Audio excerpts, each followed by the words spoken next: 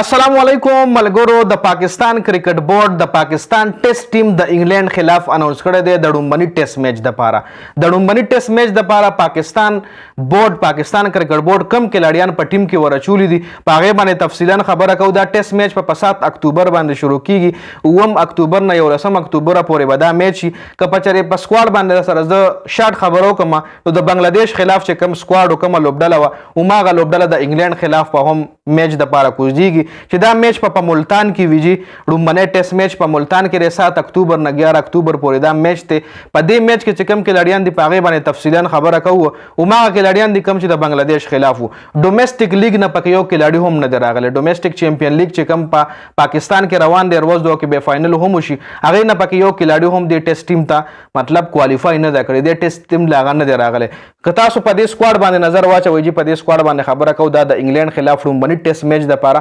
مکمل سکواډ دی سکواډ که تاسو ګورئ شان مسعود د دې کپتان دی سعود شکیل د دې وایس کپتان دی عامر جمال عبدالله شفیق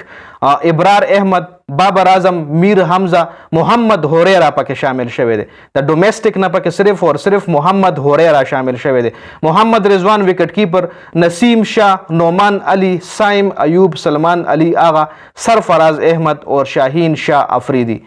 دا سکواډ چې کومو دا د بنگلاديش خلاف هم صرف محمد هوریرا نوم پکې نوې راغلی دی او د محمد هوریرا په ځای یو کلاړي د ټیم نه ډراپ شوی دی اکم کلاړي دی هغه تاسو ما سره په کمنټ کې هغه نوم شامل کړئ یو کلاړي ډراپ شوی دی د خپل خراب پرفارمنس په وجه باندې محمد هوریرا ښه پرفارمنس کړی په ډومېسټک لیګ کې ښه گیمونه کړي دي ډېر زبردست شاټونه وای ښه کلاړي دی د انډر 19 کې هم پاکستان د پر ډېر غټ سرویسز دي د ډېر ښه میچونه د پاکستان د پر انډر 19 لیول لپاره د کړي دي نو پاکستان ټیم کې شامل شوی بیسټ اف لک نور که په ټیم باندې موږ نظر واچو ماغه زوړ سیم ټو سیم ټیم دی شان مسعود کپتان دی د ریډ بال سعود شکیل ورسره وایس کپتان دی بابر اعظم ورسره په ون ډاون روزي عبدالله شفیق او شان مسعود اوپنران دي کچره سایم ایوب له چانس ملاویږي په میچ کې نو سایم ایوب هم اوپنر بیټسمن دی د نه علاوه سرفراز احمد هم ایز ا وکټ کیپر شامل دی او ورسره محمد رضوان هم ایز ا وکټ کیپر د پاکستان کرکټ ټیم حصہ ده په فاست بالینګ ډپارټمنټ کې نعمان علی دی نعمان علی خو سپین بالر دی نسیم شاه دی فاست بالینګ کې نسیم شاه د سلمان علی آغا دی ورسره شاهین افریدی دی فاست بالر سلمان علی آغا خو پکې فاست بالر نه دی شاهین افریدی شو